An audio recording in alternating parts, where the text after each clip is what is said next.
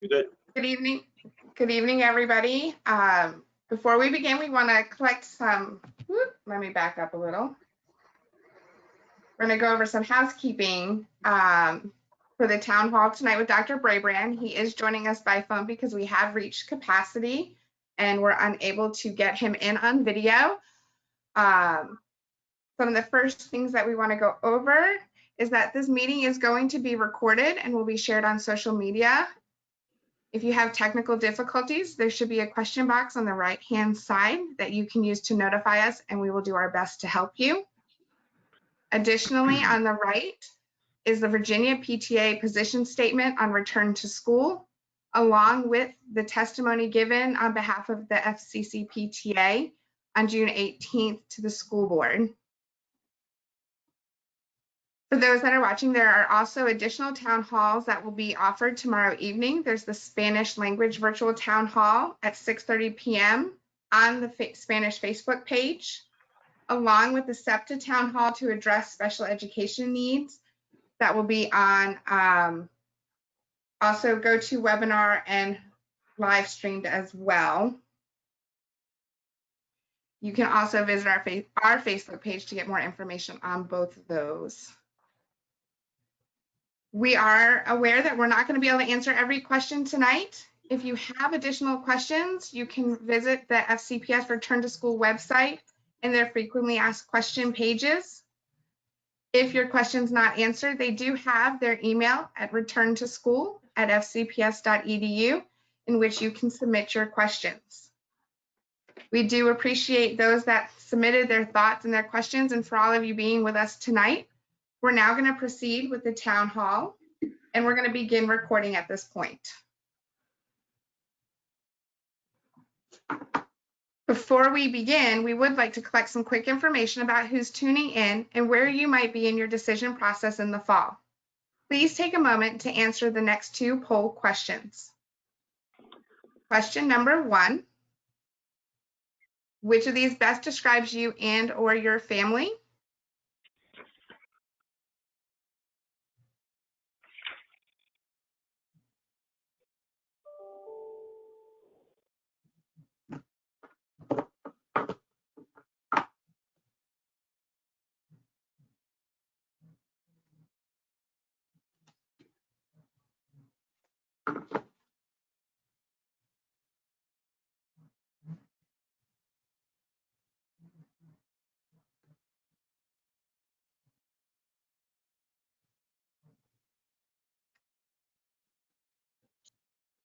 Here are our results. 73% elementary school, 25% middle school, 30% high school, 11% staff, and 2% other. Thank you. And then poll question number 2, have you made your decision on how your student will return in the fall?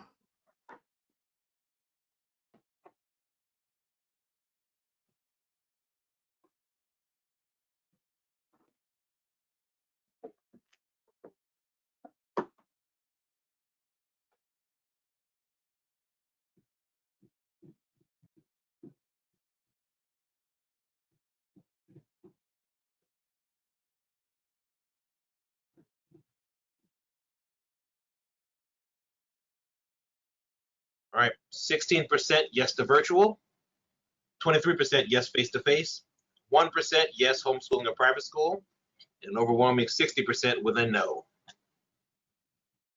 Thank you for taking that time to answer those polls, and we'll turn it over to Kara Jenkins. Good evening. I'd like to take a brief moment and introduce our team tonight. My name is Kara Jenkins, and I'm president of Fairfax County Council PTA. Hosting our Q&A session tonight are Shauna Garrett, VP of Outreach, and LaGuardia Myers, VP of Advocacy. Producing our meeting tonight, you might hear his voice, is Larry Mills, VP of Programs. Providing ASL interpretation are Cassandra Randolph and Cynthia Norman. And finally, joining us by phone tonight is our special guest, Dr. Scott Brabrand, Superintendent of Fairfax County Public Schools. So before we get started, a little bit about FCCPTA. So at Fairfax County Council PTA supports 170 local PTAs and over 40,000 members. Our mission is to make every child's potential a reality by engaging and empowering families and communities to advocate for all children. All our work is driven by this mission and our core values of collaboration, commitment, diversity, respect, and accountability. When we recently advertised tonight's town hall, various community members, including parents, staff, and students, submitted well over 1,000 questions in less than 24 hours. That does not include the hundreds of emails I have received in the past day. Because we will not be able to address each unique question tonight, we have consolidated as much as possible into broader categories. However, each question submitted to us will be forwarded to Fairfax County Public Schools, and we hope to see their return to school FAQ updated with some of these answers. To get the most time for Dr. Brabrand's responses tonight, this is held as a listen-only session. And just a tiny bit of background. The outbreak of COVID-19 virus in early March 2020 and the subsequent closing of Virginia schools to slow the outbreak resulted in an unprecedented interruption in our education system and economy as students, families, teachers, and administrators partnered to keep children learning while at home. As we prepare for the FCPS to reopen for the 2020-21 school year, we acknowledge the complexity and the financial burden of adhering to the Center of Disease Control's CDC recommendations. We know there is no one answer that meets the needs of our community. FCPS's recent release of back-to-school plans have left many teachers, students, and parents feeling like they have more questions than answers. We hope that our conversation tonight is one of many that will help parents and staff make the best choice for themselves and their families. Dr. Brabrand, would you like to make some opening remarks? Well, you know what? I see the hour. I'm sorry I couldn't get in face to face, but I'm glad to be here. I know it's 7:18 and want to go ahead and get right to the questions. I appreciate everybody being here. And my goal tonight is to answer as many questions as possible. And I will share right out of the gate that I have sent a message to our community tonight, extending the deadline from Friday, June 10th to next week, Wednesday, July 15th. Excuse me, I said June. July 10th to July 15th. To give families some additional time, we're going to be putting out some additional information in our FAQs. Some additional information around our health protocols. We're working on a return to school video, getting some of that additional information that we know our parents want as you all and we all have decisions to make about return to school. So we want to do everything we can to give you as much information as we can so that return to school and the choice you have to make is the right choice for your family. So I look forward to answering your questions, and I'm ready to begin when you are. Hello, Dr. Brabrand. This is LaGuardia Myers. Thank you for joining us. You're welcome. Thank you. Our first question is around the 5-day in-person learning. Should it be a choice? Given all the known benefits of schools being open, can you explain why 5-day in-person learning isn't our plan for the upcoming school year? Sure. You know, this is a great question. And the bottom line, it comes down to using science and health guidance to guide our decision making. We've gotten information from national, state, and local health officials as we've been doing our return to school plans. And the 6-day is the CDC guidance, the 6-foot social distancing remains the CDC guidance. I did share yesterday at our town hall that we got some additional information from the state Virginia Department of Health yesterday and the state superintendent that if 6 feet was not feasible, that we could look and in some opportunities to go below 6 feet based on some recommendations again from the state superintendent of the Virginia Department of Health. And we're going to review that data along with the existing CDC guidance and consult with our local health department to see if there's some additional flexibility. We all want kids back in school 5 days a week, just like any other year. We have to do it in a safe and responsible manner. And that's the balancing act. And I know it's frustrating for parents. Can we just get back to normal? But the reality is, until COVID is tamed, until we have a vaccine, we're in a new normal where we do not have a no-risk environment. What we're trying to do is mitigate or lower the risk as much as possible. And that's the balancing act. And right now, we can't put all 188,000 kids back in our classrooms and maintain social distancing, frankly, of 6 feet or 3 feet. The day-to-day normal distancing in a regular school year is about 18 inches. So it just isn't possible. We've got to come up, and we've developed a plan to provide 2 days in person for students, and we hope to do more as the year progresses. And as we look through doing the individual staffing, we need to see what the choices that our families and students make right now about how many go virtual. But we know a lot of families want to have their kids return to school. They want to return to work. We want to get back to normal. But normal means following health guidance. And health guidance, whether it's 6 feet or 3 feet, is still not an ability to put every one of our kids back in a classroom like business as usual. So we're going to continue to work on doing everything we can to make this the best school year we can under the conditions of having COVID-19 in our community. Thank you. Thank you. You're welcome. Parents and staff are appreciative to have a choice between in-person learning or full-time learning, virtual learning, but they still don't feel like they have enough information to make that decision, especially one that's this important. We have a classic, which came first, the chicken or the egg situation, and FCPS is asking parents and teachers to commit to a year-long decision by July 15th. Teachers and parents are expressed. Oh, I'm sorry. No, I'm sorry. Go ahead. No, I interrupted. No, please. Okay, thank you. So they're expressing their frustration, and I know you guys are working on getting that information and what this will look like out to families as quickly as possible. But can you elaborate on why the decision by the 15th? How soon after the deadline can we get even more detailed plans? And then also, there's a lot of discussion about possibly homeschooling within the community. And what would you say to those parents who are considering homeschooling, and what impact would that have on the school system? Right. Well, we want parents, let me be very clear, we want parents to continue to bring their children to Fairfax County Public Schools and engage with us, whether it's in-person learning or virtual learning.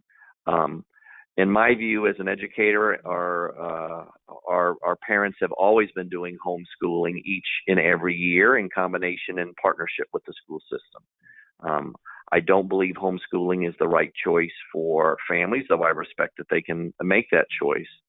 I believe that Fairfax County is going to provide the best education possible. We are committed to providing the best education possible in this COVID-19 pandemic.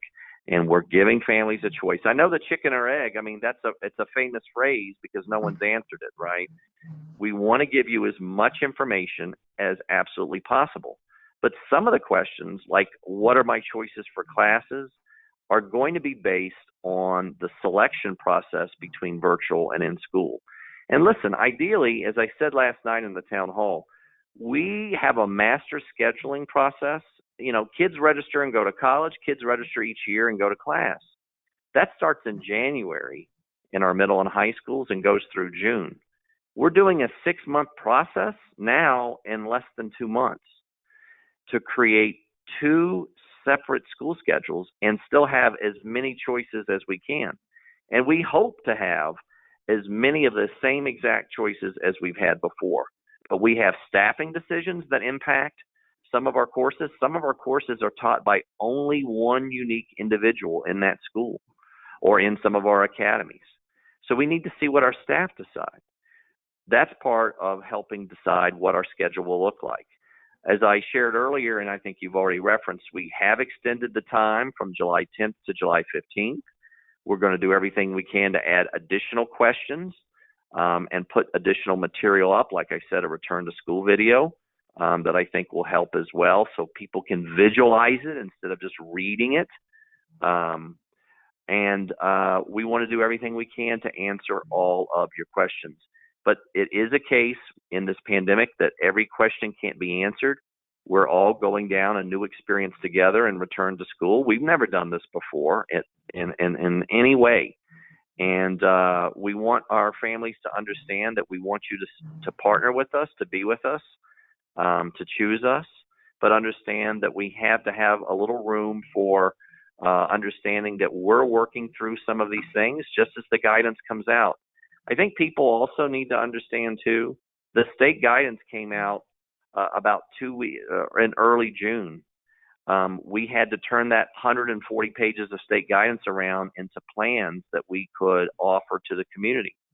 We did offer, based on the state guidance, the plans, and the community's feedback was, give us more choice. The state is too limited. Choice just for those with medical needs. We want more choice, and that's what we've done.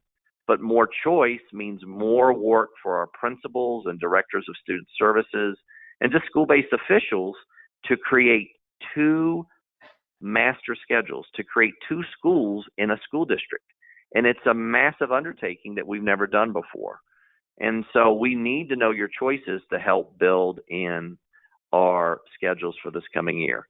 I've tried to share that as best I can, and I know that that's maybe not exactly the answer everybody wants. We're going to do everything we can to continue to give you as many questions so you feel you have as much information as possible to make the decision that you have to make. And I know it's a tough decision to make. It's not an easy one. I'm a parent too, and I have a decision to make with my kids, balancing safety, balancing their learning styles, balancing instruction. They take a lot of singleton courses.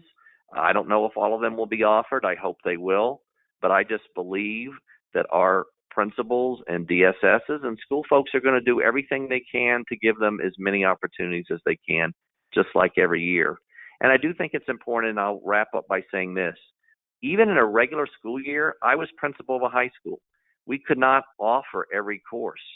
We had to have some courses because of lack of numbers of kids not be able to provide it, or a teacher left without a certification to teach a certain specialty course. So these are things that have happened under the normal course of years during a normal year. This year, because of giving not only our families choice, but also respecting the needs of some of our teachers and other staff members with medical needs, and following, of course, our rules and guidelines, they may not be able to participate this year in the way that they did. They may be taking a leave of absence. And so those impacts impact the way we can provide the master schedule and the choices that we can offer. I appreciate everyone's patience. We're going to give as much information as we can, and we're going to do the best to give you as much flexibility and information as you make this decision. Thank you. I'll be shorter in the next answer, I promise. Dr. Brabrand, want to turn a little bit and talk about curriculum, testing, and grading. Yes. The spring of 2020, learning was ungraded, and not all teachers introduced new curriculum. So as you can imagine, parents are wondering for the upcoming school year, will it be more of the same, and what will be different? Let me. Go ahead. No, I'm sorry. That's right. Keep going, please. So with the new curriculum, we're just wondering, how will it be the same or different as far as in-person versus virtual? And what measures will be taken to ensure academic outcomes of virtual learning are equivalent to in-person learning? Sure.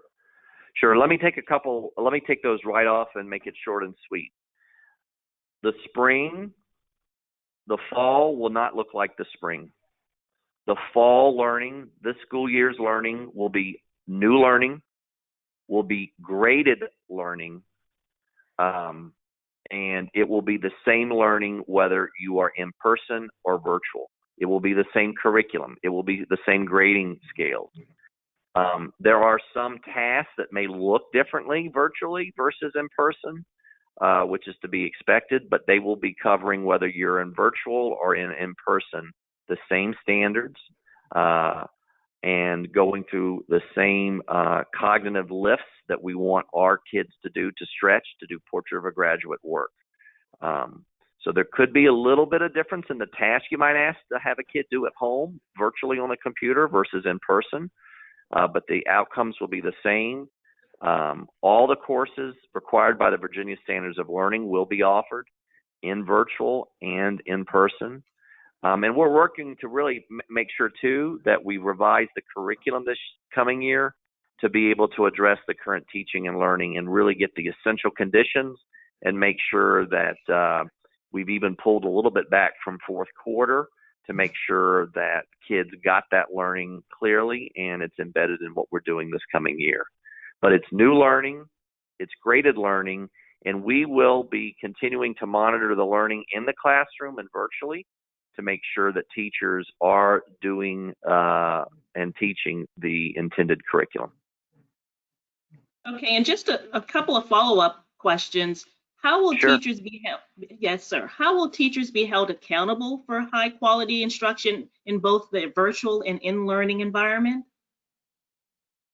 So In-person we've had a environment. teacher, we've had a teacher evaluation system for years, of course, in Fairfax County, and we will continue to have it and use it for both in-person and virtual.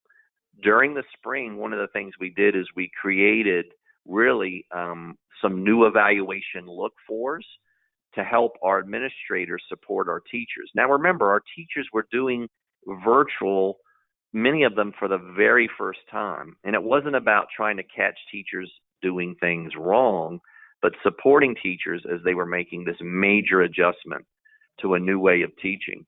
But we are going to have look-fors as part of our professional development with teachers to make sure that they have the professional development needed, and all teachers will be getting that training because the possibility remains that we could pivot to an all virtual year if health conditions were to deteriorate. One of the things, as I shared last night and am sharing with the school board tomorrow, I'm requesting that the school year start after Labor Day, is to provide, one, more time for you to make your choices with the extension that we've just made. But number two, to provide the deeper professional development that teachers need. I know some folks will say, well, you had a few weeks in March to do it and it should have been ready. I say to you that our teachers need more than just 2 weeks to be able to, and they've spent, frankly, the last 2 or 3 months, and after our initial 2 weeks of distance learning, we had a successful 2 months of instruction with our kids. And teachers have learned a lot during that time, and we're going to incorporate those lessons learned into how we do a better job of developing and delivering virtual learning and in-person learning, because even our in-person learning will have some learning that will be done away from the teacher, away from the building. And I am confident that we will really be in a position to have a strong, robust set of curriculum and learning, whether you're in person or online for the fall. Okay. And I want to talk about grading a little bit. What Okay. will be the grading plan and impact on the overall student record? And will parents be able to access and monitor student performance? Yes.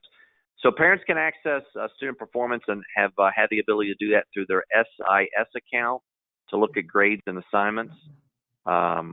And we will want to continue to encourage that so they can see how students are doing.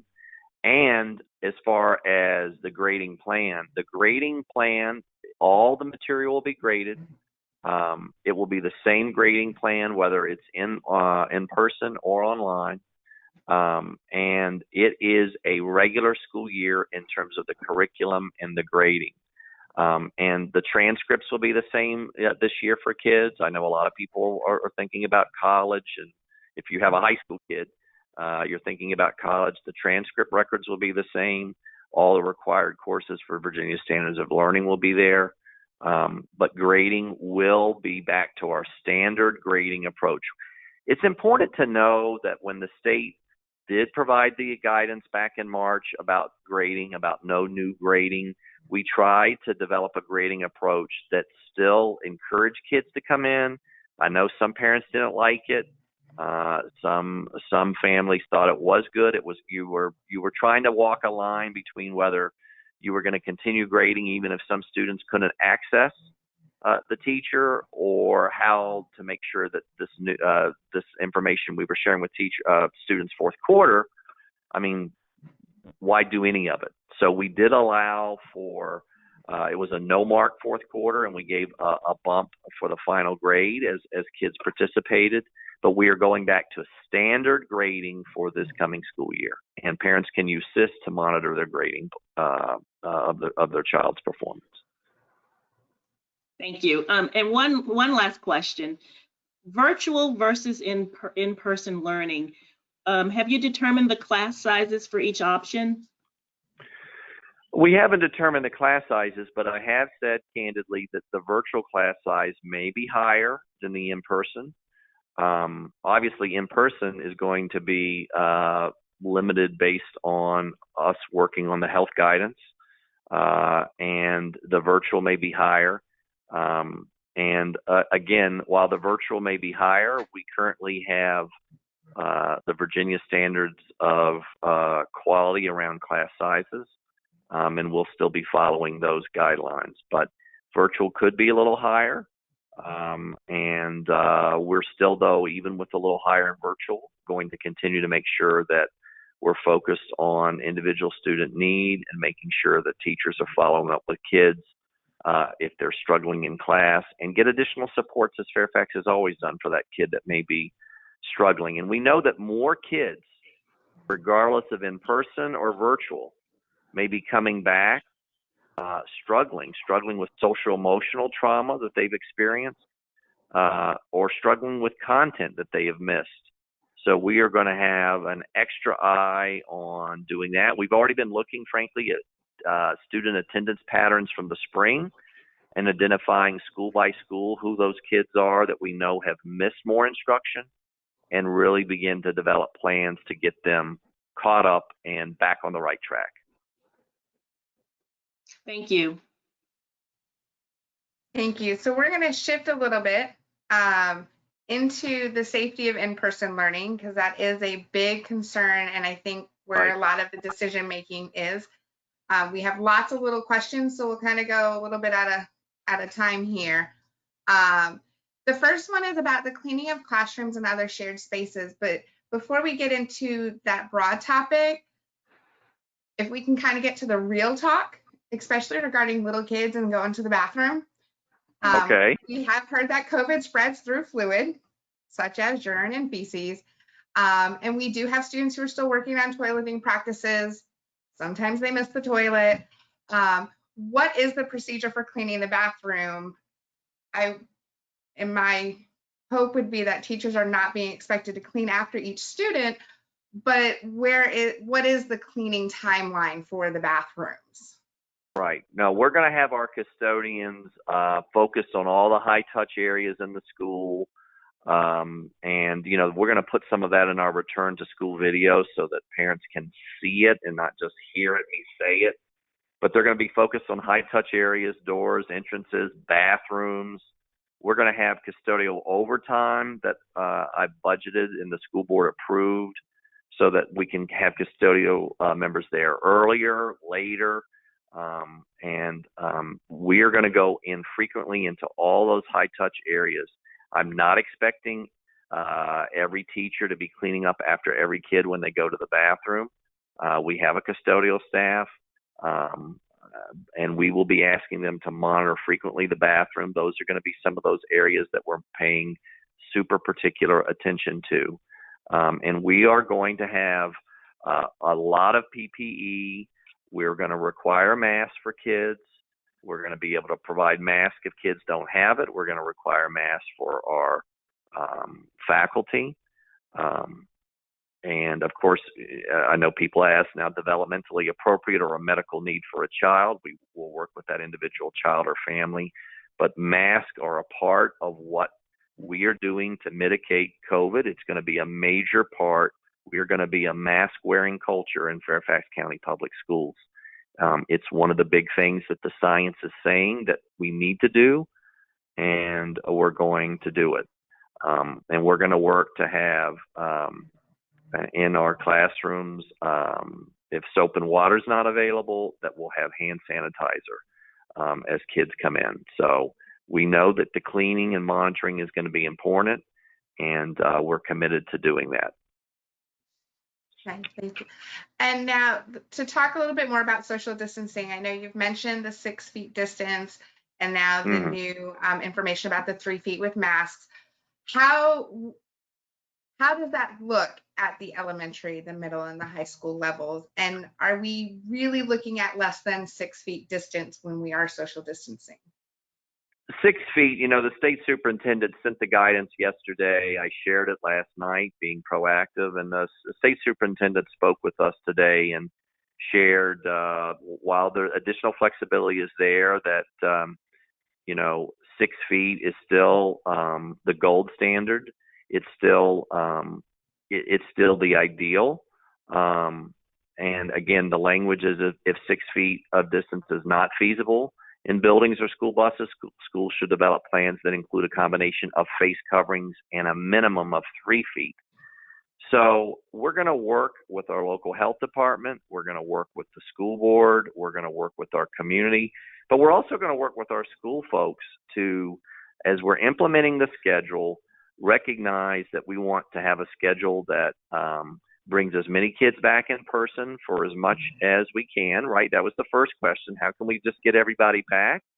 But also use these guidelines. And we have guidelines from national, state, and local sources, and take it all together and do what we feel is best for our classrooms and our schools and our students. And really, it is taking into account that there's the opportunity, if we have masks and kids are wearing masks, that we can go a little less than that 6 feet of separation if we need to. I think it's going to be a very careful balance, and we're going to make adjustments, but we want to be sure that, let's say it's the difference of 1 or 2 kids for 6 feet to have a classroom, and for that kid to be able to go 2 days or even to go more than 2 days. I think we need to listen to the health officials, look at the science, and give ourselves that flexibility. And that's the issue here on some of these, is people want black and white answers. And in this current COVID, it's something new. We learn new stuff every day, and we need to continue to follow the updated medical data and help it guide us in our decision making. So I'm not telling you that we're going to 3 feet for every classroom, but I am saying that we're going to use this guidance and review it as we incorporate our return to school plans. And there could be classrooms where, if we're having everybody wear a mask, and we are, where we could go below that 6 feet and still be in alignment with state guidance. All right. And just quickly, because I don't know if we touched on it, and I apologize if I missed it. In middle and high school, what's that social distancing going to look like? Are they going to be switching classes? Will it be teachers switching? Right. I mean, our plans right now, when we look, because a lot of these questions in here are about student choice, we are going to run a bell schedule where kids would go between classes. A lot of our middle and high schools, I think a question later is all the rich electives and programming that we've offered, and we want kids to be able to continue to go, and not all kids are in exactly the same sections all throughout the day. We're going to work to limit as much movement as we can, but to be honest and direct, that we will have kids, particularly at middle and high, moving from class to class. We're going to expect them, as we are during the whole day, during the movement period, to be wearing their mask, and we will continue to do, again, all of our intense cleaning and all of the health protocols that we'll, I'm sure, be talking about later here, health screening. But we will have some movement of kids in middle and high school to be able to access some of their elective classes. Another big question that we've seen a lot of is how and when will parents be notified if there's a suspected or confirmed COVID case in the classroom or the school, and what's the resulting cleaning plan and expected change to instruction? Right. We're working very closely with the Fairfax Health Department about what happens when there is a COVID diagnosis at a school. They are hiring 200 more contact tracers. A lot of their response and our response will depend on the circumstances of the case and the individual. Did the kid get on the bus? Did the kid come to school just to the front entrance and then the main office? Did the kid go to the first period class? Was the child in all day? Who was the child interacting with? So that will determine, and contact tracing was beginning back when we saw COVID begin here in Fairfax County. It's going to be ramped up significantly. And based on what they find in that investigation, we may be asked to close a classroom. We could be asked to close a school. And yes, the final decision of that is mine, working with my school administrators. But we will be working very closely with the health department based on what they find in the investigation about whether to close a classroom, a school, or if we saw major community spread, to close a system. And if we close, we've shared that we will pivot and move to all online instruction for everyone. Again, if we have a major health announcement where a vaccination is available, we'll monitor that, but that would be the kind of thing where we would have to really reassess whether we could go ahead and bring everybody back. It's just some of these things we don't know yet. We can't predict the future. I'm hopeful. I would love for us to have that vaccine between now and the start of school, but I don't know that that's likely. We're going with these two plans based on the current health conditions and the guidance we have from the state. We're going to continue to work with the health department and share as much additional information as we can. You know, I know some of what's gone out in the community is, well, how many cases is it? Well, it all, and this is an answer where, you know, people want, just give me a number. But it's all about the context of the case, who the kid was with, where they were, and that will drive the decision making around closure of a classroom, a school, or ultimately the school system. We'll continue, though, to try to put out as much information about what that looks like or that process so that people can feel confident. But I can tell you as superintendent, we are working very closely with the health department on a daily basis as we work on return to school, as we look at the health data, which we share every day. We get the county's health data, and we're going to continue to keep that close relationship into the coming school year. And shift a little bit, what are the standards that FCPS plans to implement that to help monitor and react or be proactive to both student and staff physical and mental health wellness? Well, that's a big one, right? I mean, whether you're coming back virtually or in person, social mental health for kids is huge, and frankly for our staff as well. We all have to admit, and I know this is, it's so important to say, maybe it goes without saying, we've all experienced trauma. Now, it's at varying different levels based on who you are, what you've experienced, what your family has experienced. But this is a traumatic event that has affected every one of us in Fairfax County, if we're being honest with ourselves. Our kids are going to have social emotional needs, and we're going to need to meet them.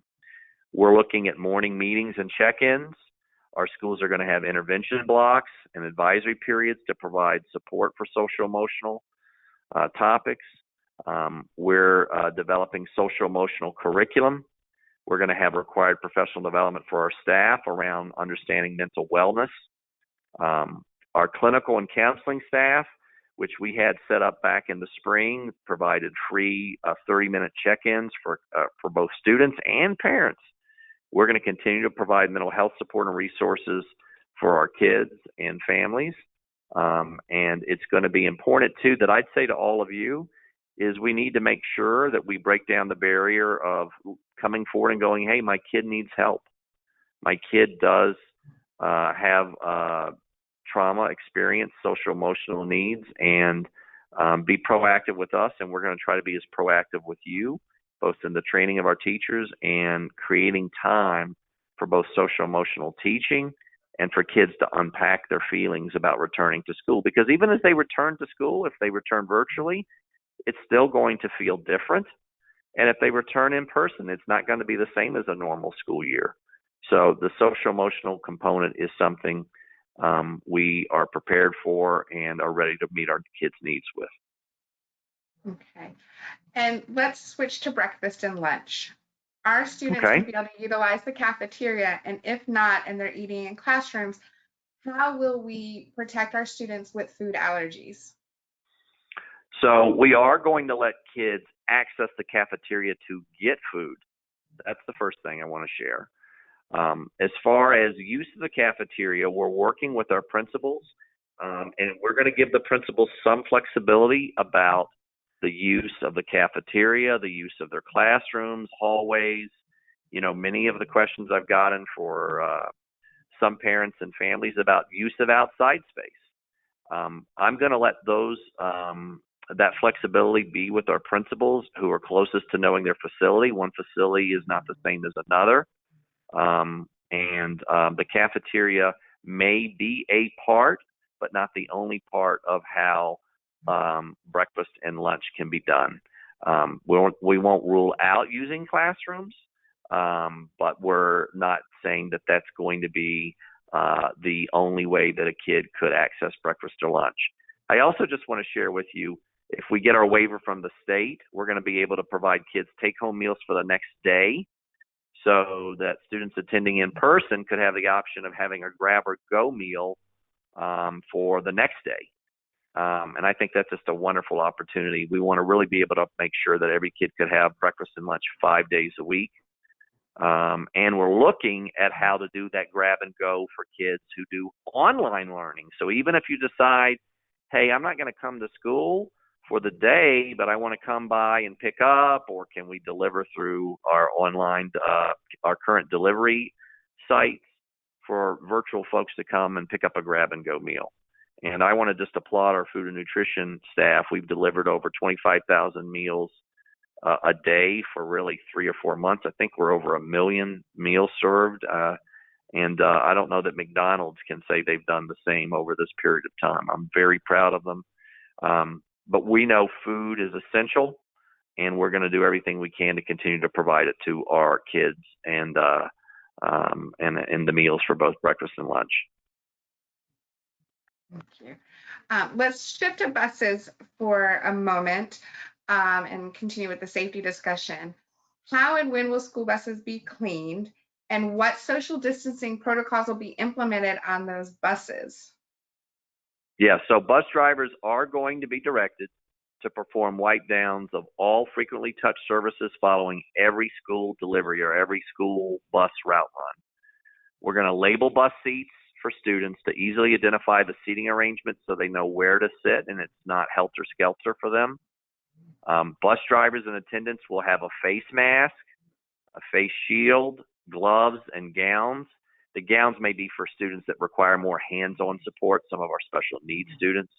That won't be for every the bus driver or attendant, but for some of those buses that provide special needs transportation. Our student bus riders will be expected to wear a face mask as developmentally appropriate. If they don't have a mask, we will supply them one. The bus driver will supply them one, and the bus will be cleaned daily. And again, as I said, after each run, it'll be wiped after each delivery run. So we know that transportation is an issue. And frankly, I think this is a question, but I'm just going to do 2 in 1. We are going to encourage parents this year to provide transportation for their student to and from school. We will have more opportunity to put more kids in school if we can have more of our families that can drive drop their kid off, because bus capacity is going to be reduced with social distancing. And frankly, 6 feet, 3 feet, mask, even a bus at 3 feet is still dramatically reduced with distancing than a normal, normal in Fairfax County for our elementary is 3 to a seat. That's not going to happen under any scenario. So bus capacity, transportation capacity is a real issue with COVID-19 and the medical guidance. We're going to follow that guidance and maximize capacity as best as possible. But I'm also saying to you all tonight, and I encourage parents and maybe parents can work as communities to do drop-offs of kids and work on ways to do that, working with our schools. So the more that we can do to maximize transportation networks, the more we can do to increase in-person instruction. Thank you. Dr. Brabrand, research shows that best learning practices include opportunities for hands-on cooperative learning with students having voice and choice. We also Right. know yes, sir. And we also know the importance of physical activity on academic performance. CDC's physical distancing guidelines are contrary to these established best practices. When families select in-person learning, will elementary students sit in one desk all day for all classes, including lunch? Or will they have the opportunity also for movement? And will they have the ability to use hands-on learning and manipulatives for countings, fractions, math lab, etc.? Right. So we want to make the school year as normal as possible. We're going to have to look at all the health guidelines and deal with that. I do not believe that our students are going to need to sit just at one desk all day. One of the things we've talked about is getting kids out and about outside. We're going to have recess. We're finalizing our protocols around health and safety. We're going to let kids get outside. I will have updated information about use of the playground equipment, which is a separate issue, but we are going to get kids out for physical activity, for PE, for movement breaks, for recess. We're going to be asking schools to schedule 30 minutes of recess on the schedule for the days that they're attending school for our in-person kids. We're going to look at unstructured time for breaks for social emotional health. And, you know, we do have a lot of manipulatives. I believe our teachers are far more creative than we give them credit for. We're going to look at what we can do this year as we develop our supply list to give kids the opportunity to have, personal manipulatives, personal materials to be able to do some of that hands-on learning that is engaging. And that's what our teachers do. And are going to do. And they're going to try to replicate that, of course, as much as possible through virtual learning too. But no, sitting all day, one desk, just listening to a teacher talk for 6 hours has never been good instruction, and it's not our intention to just have that as the only way that kids will have an opportunity to learn. We're going to make it as engaging as possible, and that's our commitment. Okay, and you did mention personal manipulatives. There are a number of classrooms that have libraries in them, the sharing of books, and I was wondering, would that be personal in nature, or will classroom libraries go away or be suspended temporarily? You know, I will follow back up and have that as an updated FAQ that we can answer. I would like to believe that we can find ways to have a kid read a book and then make sure that that book is wiped down appropriately and cleaned. But I will get that information to you as one of the FAQs as follow-up. I really do think we have to figure out ways to continue to adapt to having as many things as we had before, but adapt and do safe practices. And that's a great one to ask. And I'm sorry I didn't have the answer to that one this evening, but I will get that. And I can tell you most librarians I know want to figure out how we're going to continue to provide the love of a book in front of a child. I know we have virtual opportunities too with books online, so I don't want to rule all of that out either. But I also know the power of being able to hold a book in your hand and to be able to read level text for a child. And I'll get an update for you on that prior to you all having to make a decision next week. Great, thanks. All right. We often hear the expression, every child by name and by need. And in FCPS, their commitment to excellence has traditionally offered a series of enriching opportunities, including AP, IB, specials, electives, honors, AAP, the academy, and immersion, to name only a few. The big questions around these are, will these opportunities be available in both platforms in an equitable fashion? Well, we're going to do our best to maximize these opportunities. And I know these are the questions folks have. We're going to do the very best we can to be flexible. Where even say for an academy teacher, can that teacher have some in person, but also reach out virtually to kids? Could there some teachers that are just unique to that elective or that course virtually share in information to in-person kids? On these very what we call singleton courses, we're going to try to be as flexible as possible. I shared last night, and I want to say it again, because we need to be honest with one another, that we are making 2 brand new master schedules. We also have faculty making choices for themselves based on their own personal health that may create greater changes to staffing than we have experienced in many, many years. Now, we hire over 1,000 teachers a year, so we have turnover, but we may have more teachers out on leave who are not going to teach virtual or in person. So there are going to be some instances where we cannot offer everything. That's disappointing for me to even say it, but to not say it to you now is not being honest. And part of it will be,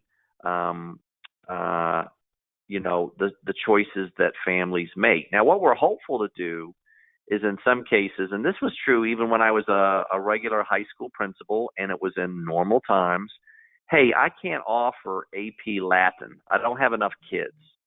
Maybe a nearby high school has enough kids and we can combine and offer that at one or the other schools.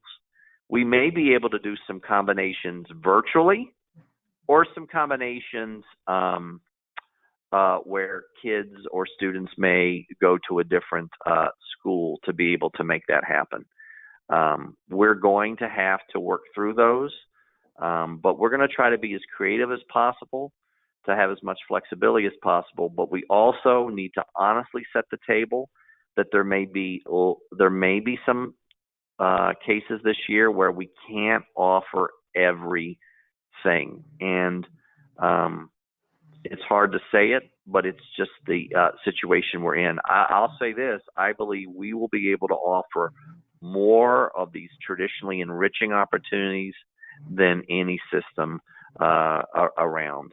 And we're going to do everything we can to do it, but there will be some instances, I believe, where we won't be able to offer every single course because of a staffing decision that one of our staff makes, or the number of children that choose a particular course. But we're going to do our very best. All right. And let's look at, because I know it's important, sports, after-school clubs, Right. band, those extracurriculars. If they're available, and if you know if they're going to be available, please let us know. But will all students, both those in person and those virtually, be permitted to participate in those? Yes, absolutely. If you're virtual, you can still come and participate in clubs and activities. And, as you all know, some of these things, co-curricular, band, drama, the arts, sports, these things are the glue that sometimes really is the deal maker for kids to feel connected to school. We're waiting now for guidance from the Virginia High School League about how sports will look in the fall. We've been able to do conditioning. My own children are part of conditioning right now, and I can see the excitement. We don't know yet. We're almost like every other sports team out there in the world right now, at the professional level, college level, and yes, our high school level, wanting sports to come back, but also can we do it safely, just like we're asking about return to school. The Virginia High School League said it needed some more time, frankly, just like we've asked for more time and giving you more time to continue to take all of the data, all the expertise. But I'm telling you that if they're offering it, we're offering it. and any kid taking it virtually will still have access. I think the one thing I do want to remind folks for detail, you do need to be taking at least 5 courses to participate in high school athletics, and that's not going to change whether you're an in-person student or a virtual. So you will still need to be enrolled in at least 5 classes in Fairfax County Public Schools. Thank you.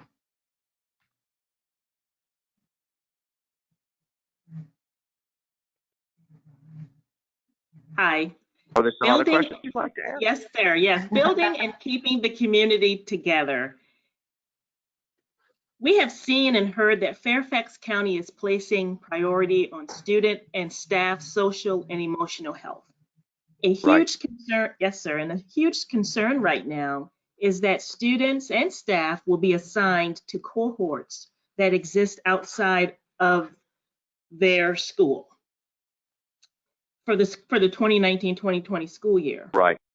In addition, yes, and in addition, we have new students to welcome. Military families, for instance, are transitioning to the area, and those families are concerned both about curriculum from the 2 platforms, but also being connected to the new school community. We are hearing that other families new to the area, for instance, rising kindergartners, garden parents, are now not receiving FCPS official notifications. Many parents have expressed that the successes of our recent distant learning experience spoke to the connections of the feelings of community and the fear of students should they elect one option over the other. So I guess the question is, can you speak to how we will try to welcome new military families and other families to FCPS, to the existing school communities? Yes, and let me take this one head on. Our approach will be, as much as possible, the great majority of the opportunities for our students are going to be remaining in their school-based environment, whether it's virtual or in person. But as I shared a few minutes ago, if you have a particular course, say at middle or high, where, again, an advanced course like Latin, AP Latin, or say a math course, is it possible that we could combine groups of kids from 1 or more schools virtually, or have kids go over to a school to take a course? It's possible. But the majority of the assignments are going to be remaining with staffing based at the school level. We are not taking large numbers of kids out of their schools, either virtually or in person. There could be some, but it will not be the overwhelming majority of all. Where we have conflicts, back to the earlier question, well, this academy class, or this, say there's a band director doesn't come back to a school. Could we try to do some innovative things that may involve kids being connected with another school? Yes, maybe so. But the great majority of our kids will be staffed based on the staffing that's assigned to that school. But we're going to leave room to be a little creative if we need to be. Our military families are huge. We have a large military community. We've gotten more Purple Star schools in the last 2 years, which are schools that really arrange their whole work around inviting military families in and feeling comfortable, and that work is going to continue. We will really continue. I'll continue to emphasize to our principals how we want to really move toward having every school have that Purple Star designation to make sure that military families are being heard. And I know there was a question, and there was on the very first email, Al, about pre-K and rising kindergartners not getting information. Everyone who's of new kids, pre-K, anyone new, rising kindergartners who were registered prior to the 25th, did get information about the plans for next year. If they enrolled after the 25th, they're going to be provided with that information so that they can get both of the options. And we know that the very first time it went out, we did not have those rising kindergartners loaded in. We've corrected that, and that information is now flowing to them. And if folks are still having a problem with that of any kind, please just send me an email and I will have someone follow up. But we, as I understand it, have taken care of that and gotten it corrected. But no, our new families, really, to come in, think about all our current families are struggling with, to be new and coming into this area. But we've always been a welcoming community, and we need to do everything we can and will do everything we can to make our military and all of our new families feel comfortable and get connected, whether they get connected virtually or in person. Thanks. I do want to just mention one other thing there real quick. When you register in FCPS, when a family registers, they're going to start receiving school division information through what we call e-notify, and they'll get school level information as well. And we also have things like News Your Choose, other newsletters. So we're going to start at the very beginning to get more intentional about connecting families out of the gate and then following up with them. We have, of course, our parent liaisons that we're going to have through the summer and into the school year, connecting with new families as they come in, and continue the PTA, continue to give us feedback about how we can support you as you all work as a PTA organization across each school to make families feel welcome. We want to be partners with you in doing that as well. Thank you. Appreciate it. All right, we're in the home stretch, so we're not too much Okay. further. No, well, listen, this is important, and I'm glad to be here. So please. Thank you. We're shift to the flexibility in if the decision needs to change or if situations change. Many parents are concerned, I know personally myself included, that we select a learning path that might not work for our child for whatever reason. And they feel that they're asked to make a decision without knowing that, still with some facts unknown. What's the flexibility in being able to switch from in-person learning if that chooses to be traumatic for their child, or if their child's not succeeding virtually to come into the school building? Right. No, that's a great question. And let me do my best to answer that and maybe give you some ideas that I shared last night as well. This is the hard part because we are trying to stand up two master schedules, and moving back and forth between one, for example, when we've already staffed, and if folks in virtual say we suddenly want to come in person, well, we don't have space to be able to do it, of course, because of capacity caps that we have from our health guidelines. The flip side is in person's not working. We've already said we're going to have virtual class size slightly higher. Oh my God, how high is the virtual class going to go where then it feels like we're diluting the instructional experience? So that's the tension. That's the tension. Capacity for the in-person on one hand with the quality of instruction if the class size is too high for virtual on the other. We really do want to limit it. Our principals, though, and our counselors, we understand emergencies come up as they do every year, but we don't want to signal that it's just, yep, this week wasn't a good week, I want my kid to change. That's not realistic, and it's not an expectation I can promise now and be able to deliver on and say that we can do it, because we can't. We've got to make, our staff have to make decisions. Our staff are making decisions saying, I want to be virtual for the entire year. I have medical conditions. I don't want to come back this year. So that's part of how we're staffing up our virtual.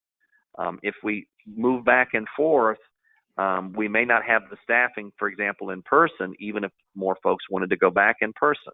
So that's part of the tension. But let me share a couple of other nuggets that could be helpful. I'm a parent too. This is what I would tell you for in-person. If you're still trying to make up your mind about in-person, between now and next Wednesday, starting tomorrow, put a mask on your kid for 6 hours and 45 minutes during the day. Let them during lunch take a break to be able to put the mask down or have a snack midday and then at lunch. Let them see how it feels to be in a mask for a period of time. That's one of the biggest changes, to be honest. And not only that, engage them in conversation with the mask on, just like they'll do with their friends. That's a helpful feeling of what the experience will be. I've already, as we're starting to return to school in person, our administrators, getting used to the mask is part of what I think you can do and need to do before you even wait for the school year to begin. On the flip side, for virtual, really have a conversation if you haven't had. What was the spring like for your child virtually? Did they thrive? We had some parents report that their kids came out more in the virtual classroom than they ever had sitting face to face. Other parents called in and said, Dr. Brabrand, virtual just doesn't work. I'm begging you, can't I get in to see a teacher face to face? So know your child, know their learning style, and as far as the in-person, if you have a concern, put a mask on your child now for the next 3 or 4 days, and over the weekend or by Monday, review the experiment. Did they have a good experience, a bad experience? That will tell you a lot, I think, for that in-person choice. I hope that's helpful. I think that's a great suggestion. Thank you. And I feel like you kind of touched on this, but just in case you wanted to elaborate more, we are hearing that other counties or school districts are allowing parents to change their chosen path at quarter or semester marks. Do you, or Right. do you want to elaborate on why that's not an option in FCPS? Well, I can't speak to each county or each school district. As I said, if we have dramatic changes in conditions, we would look at it. But we have the challenge of the staffing choices being made and how to provide flexibility for school options when we have staffing options around virtual and in-person that are being made for the year. And so that's just part of the tension. And like I said, if there's dramatic changes in conditions, we would look at that. But right now, where we stand today with the information that we have, the staffing knowledge that we have, we are asking families to make a commitment for virtual for the school year. And we know that's a difficult choice to make. And I recognize it. It is hard. The one thing I would say is you had 3 months of virtual experience this spring to know how did your child feel about that experience and what that would feel like for the whole year. So I think those are those balancing pieces, just like about putting a mask on your child, the 3 months of virtual, how did it go for your child can help decide whether that's something you would really want to do for a whole year or not. And kids that thrived, I think a whole year would be a wonderful opportunity. Kids that didn't thrive, you're probably wanting to do in person. And then it's really the hardest is the kids in the middle. What do you feel best about the kid who did pretty good in virtual, but did pretty good in person as well?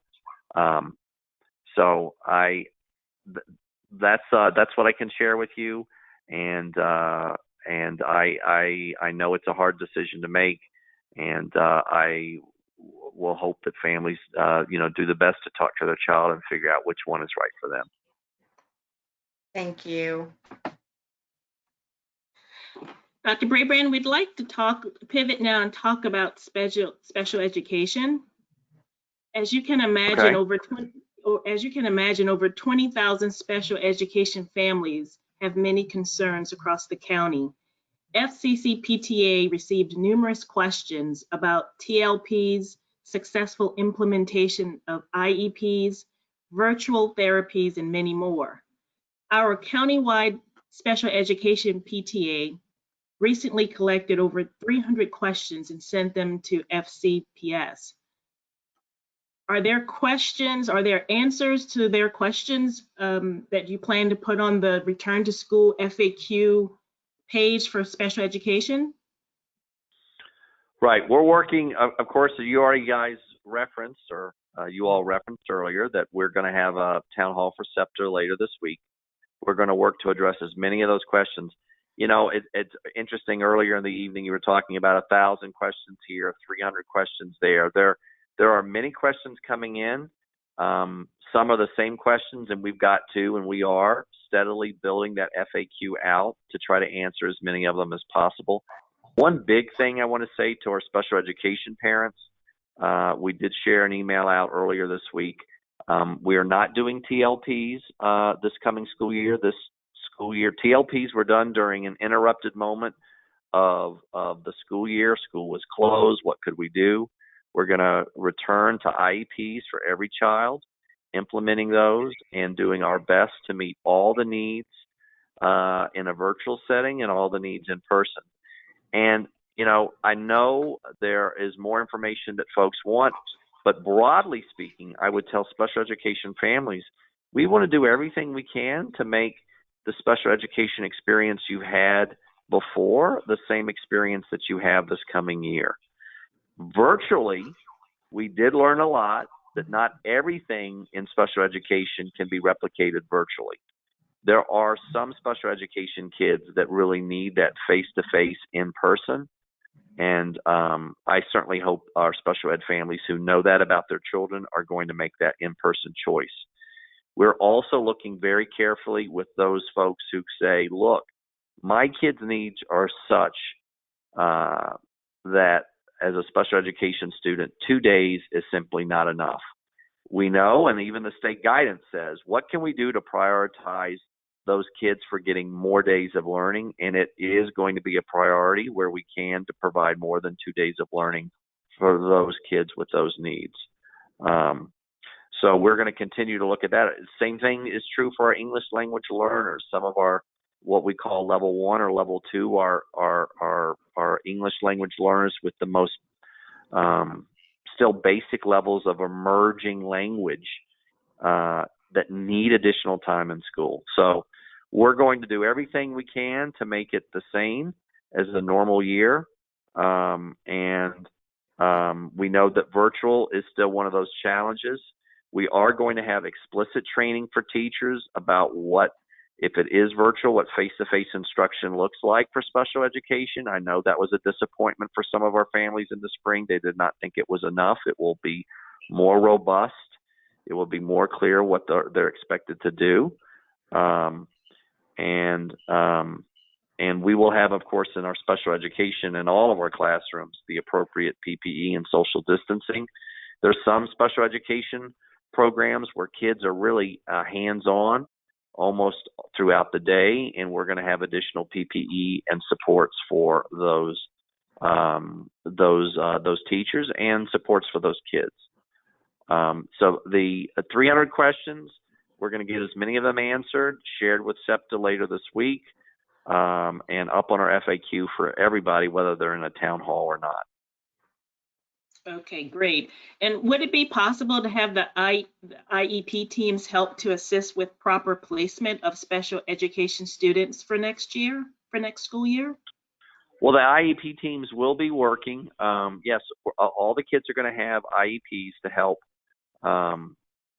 do that. We're going back to the IEP process for every child.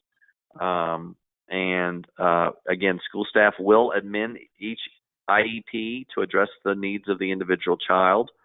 We'll look at what those needs are. Some of those needs may have changed. Some of those needs may be the same needs as before. We just need to begin to get back to delivering those services. So that work is going to begin. Again, we're going to do everything we can to really replicate for our special education parents what would be a normal year. We spend a significant amount of resources to support those students, and we're going to continue that commitment through this year as well. Thank you. Okay, we're going to shift gears a little bit to childcare. Okay. And just kind of some background, we know the school reopening phases assume families have the ability to support education at home, which places a tremendous burden on the economic and mental welfare of families. This potentially will leave thousands of children at home alone, create financial burden for families who need to pay for childcare, could expand the students' contact circle, places the burden of distance learning on childcare facilities. We could go on and on and on. This also Yep. includes teachers and staff who need to return to work for in-person instruction, but who also will have children on a different rotation schedule. While we know that Fairfax County Schools is not in charge of SACs and ultimately not in charge of childcare, it is a school issue. And we want to know what steps you're taking with partnering with the County Board of Supervisors and other community organizations about SAC and other childcare solutions for our families. So I don't have an answer tonight that is, wow, we've solved it, but we are working very closely with the county to see what we can do to continue to expand child care services to school-aged children. We're working with providers out in the community. We already have a website for licensed community child care through the Fairfax County Office of Children's Child Care Search. SAC is going to be provided next year. All the details haven't come out yet, but we're going to continue to have SAC, and SAC would be working under the same, arrangements that our classes would be under. I recognize in particular this impact on teachers. Some of our teachers are waiting for support with childcare before they make their decision to commit for staffing. And their decision to commit for staffing addresses some of the availability of courses that were asked about earlier. So it is Tuesday night. We've given you all more time, and I'm going to try to use that time to continue to look at how we can explore childcare. It's bigger than the school systems issue. I appreciate you recognizing that. We are looking at private providers about what they could do to help support our teachers and parents. But I'm also looking to, especially at our school staff, what can we do to help them get back to work? But childcare is an issue. We know it is. And I do say this is a time, as I shared last night, that our community nonprofits, our communities of faith, we need to figure out how we're all working together to try to solve the child care issue and support each other with the child care issue. It's bigger than the school system. It's part of the whole economic development of our community. And I'm going to keep plugging away with our staff to see if there's some out-of-the-box ideas for child care that we can do and be some part of the solution for child care, this child care challenge that we're facing right now. I do think the community nonprofits and houses of worship is a big place. I do think there's some work with private providers that we may be able to share soon that may be helpful to families. And I hope that there's more that I can be able to do to support staff. And I hope to have more updates before folks have to make the decision next week. Thank you. So, Dr. Brabrand, if community members still have unanswered questions that are not addressed in the Return to School FAQ, where should they go to get answers? Well, we're working very quickly to get the FAQ updated every day. It's something, we've not done before. What I would just say is we're going to continue to use these experiences tonight. Tomorrow, as you shared, I have a Spanish town hall, and I'll be getting additional chance to engage SEPTA as well. And we're going to do everything we can to answer as many questions as we can.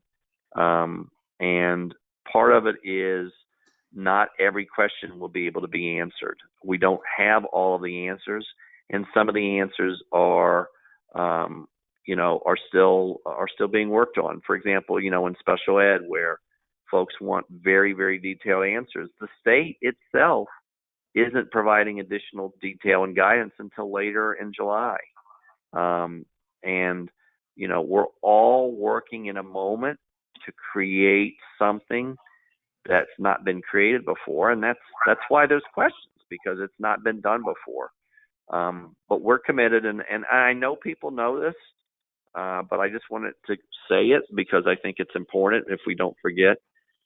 Since March and COVID came, the day we closed, our staff have been working 24 hours a day, 7 days a week to do everything we can to serve this community. Every day is sunrise to sunset, and then more emails and more outreach. Could we and can we continue to do better? Of course, because Fairfax is the flagship school district. It's where other people look. They're looking to the answers from us, and we don't have every answer yet. But we're going to do as well as we can to provide as much as we can as soon as we can, so you guys can make the best choices that you can. And I just want everyone to know how hard the system is working, and to say thank you when you feel you're getting the answers answered. And as I shared, we'll have some more information on health and safety protocols to add to the FAQ shortly. We're going to have a return to school video shortly, which I think will help visualize some of this. Again, where there's some things we're still working on, I hope to have additional information that I can share. But again, the deadline is extended to July 15th. After that, we really do have to pivot and begin to implement these two master schedules, an in-person schedule and an online or virtual schedule. And even after, each day, each week, as we go to the school year, we're going to have a countdown to the school year, continued updated communications, so that when the year starts, we've really tried to answer as many questions as we can. And we're going to try to, of course, get as many questions answered between now and the 15th as you make your decision. So I hope I've answered some of them tonight. I know there are more, and we're going to continue to work to get as many of those addressed in the days ahead. Thank you.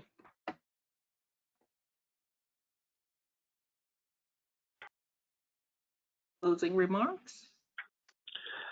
Well, I just want to thank you all for giving me this opportunity. I know, as I said, the FCCPTA has been amazing. You all are really the backbone of our school engagement in so many ways, and creating the opportunity for discussion tonight and questions is so important, and to continue to advocate for public education. I'll simply just say we live in a community where a lot of attention is given, and there are people who want to make comments about our school district and school districts across the country that serve all kids, public school districts. And while we're in a pandemic, now is the time more than ever to rally around and say that the promise of American public education is more important than ever. You all are the largest and oldest advocacy organization in the country. You've brought public school education to life, and I just want to be sure folks recognize and realize that we're not just in a moment for Fairfax County Public Schools. We're in a moment for all of American public education to say we want to do it right, we want to do it safely, and everyone across this country is doing their very best. I talk to superintendents every night. I'm on calls all day, and everybody is trying to do what they think is best for kids, best for their community. And it is a very challenging situation, and we all want the best for our students, our staff, and community. But people are divided. There's strong opinions, there's strong views. There's been a level of politics around schools and COVID that's unprecedented. And we've got to keep bringing it back to what we've always said in Fairfax is keeping the main thing. And it's students and their education.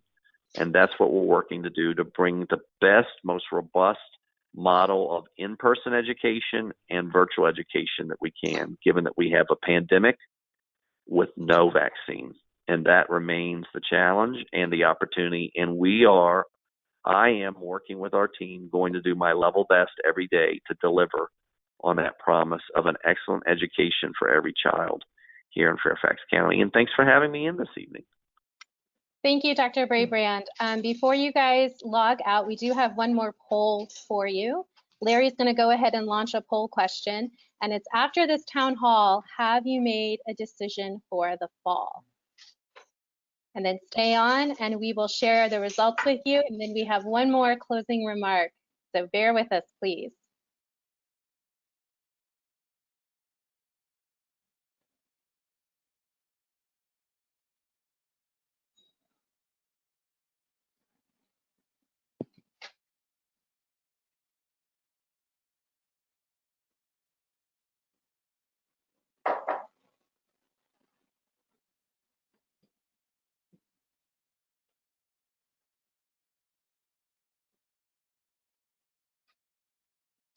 I feel like I should be singing the Jeopardy theme song. I'll be surprised if after an hour and a half with me, that's enough to make a decision. I think the numbers will be low even as I'm waiting on the answer. I think people want as many questions answered, which I've committed to. As I shared, do the experiment of the conversation with your child about virtual, or if not, put a mask on your child for 6 hours and 45 minutes. And some of that with our return to school video, which will be out later this week, and some more of our questions updated, and hopefully a few more announcements around some of these things that are still being asked, can help folks feel like they're making the right decision. But if more have tonight, I'm glad, and we'll continue to get as much information out to parents before next Wednesday. Awesome. Larry, you ready to share those results with us? I am, yes. Well, 24% had decided before the town hall began. 12% has said yes to virtual. 7% yes face-to-face. 2% yes homeschool or private school. And remarkably, the remaining 60% are still a no decision yet. Well, we hope it was at least helpful. So thank you, Dr. Brabrand, for spending time with us tonight and starting to address our community concerns. Thank you to all the families, students, and staff who submitted questions, comments, concerns, and ideas to FCCPTA. So I would be remiss if I didn't take a quick moment to acknowledge the shared frustrations we all experienced tonight. I apologize for the late start of our webinar. I apologize for all who registered tonight, but they were unable to attend. I apologize that our attempt to Facebook live stream also came with its own set of challenges. Please know that all registrants will receive an emailed copy of the video.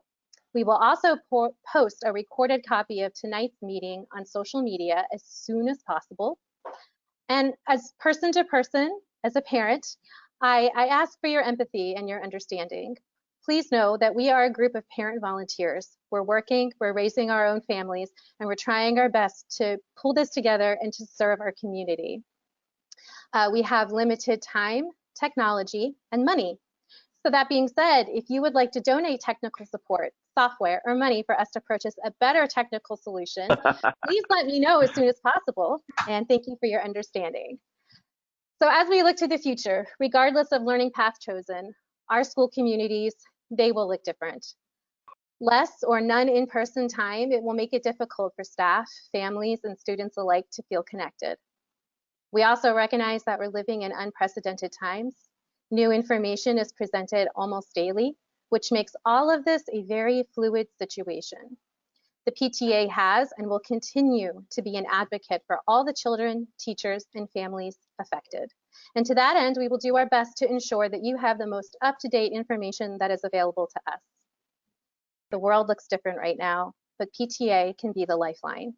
It is time for us to recognize that PTA goes beyond bake sales and fundraisers. As the country's largest and oldest child advocacy organization, PTA brings school communities to life.